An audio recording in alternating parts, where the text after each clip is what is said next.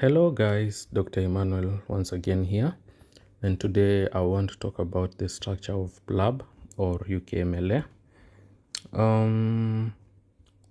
Just a reminder, as we said, Plab 1 consists of MCQs, and specifically it consists of 180 MCQs. So 180 MCQs. The pass mark normally ranges between 115 to 120, and if you compute this, normally it's between 66 to 70%. That is the pass mark. As per the reading materials, I'll only recommend one reading material, the one I used. It is called Plabable. Plabable is an app. You will download it on Google Play and you will pay for it. It's around 2,000 shillings, and you will have it for 3 months. The questions are exactly the way they appear on Plabable. Plabable contains 2,500 MCQs, and they will pick 180 from those. Yes, now let us talk about the big giant in the room, and that is Plab 2. Because Plab 1 is pretty straightforward and you can easily pass it. Now the giant in the room is Plab 2. Plab 2 is a clinical exam, so you must note that it is not a written exam. Number 2, we have simulators. These are not real patients. They are not going to give you real patients. These are simulators. They have been trained to answer questions like patients, and they know which response to give for every question you ask. Number 3, we have 16 stations. 16 stations, 2 arrest stations. 2 arrest stations. This means that you enter into a room, you'll find a simulator, and you go from number 1 to number 16.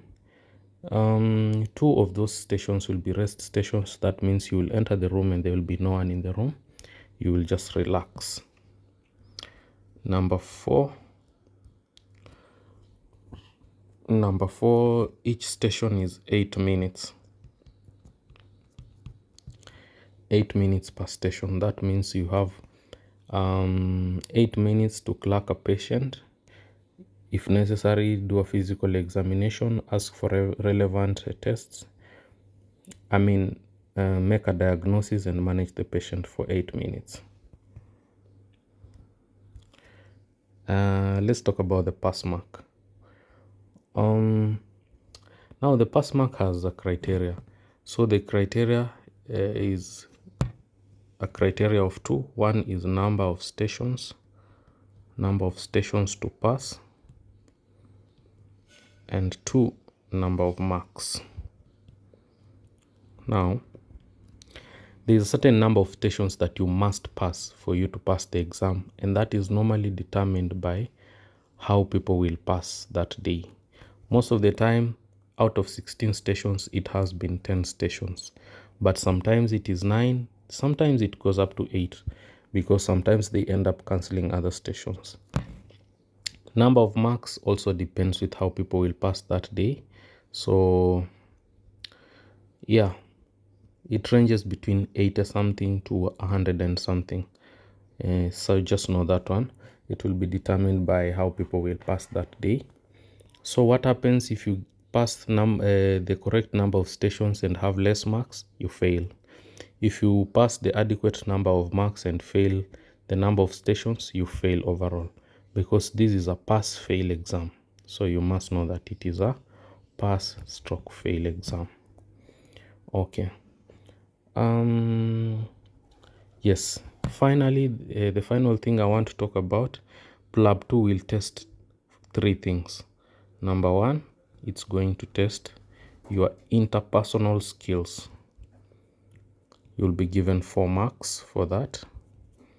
Number 2, it will test your data gathering skills. That will be 4 marks, and 3 is going to test your management skills. 4 marks. So if you add all of this, you will realize that each station has 12 marks. Yes, and according to how people pass that station, the examiners will determine which is the pass mark for the station. Most of the time is around 6, sometimes it is 7. Okay, thank you guys. Please share the video and subscribe. Thank you.